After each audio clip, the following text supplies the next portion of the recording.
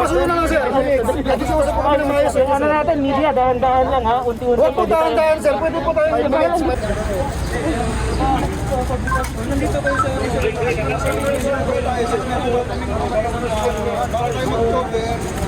Ito na. Ayun, parang kaya na din naman yung letter. Ganun lang po kasimple.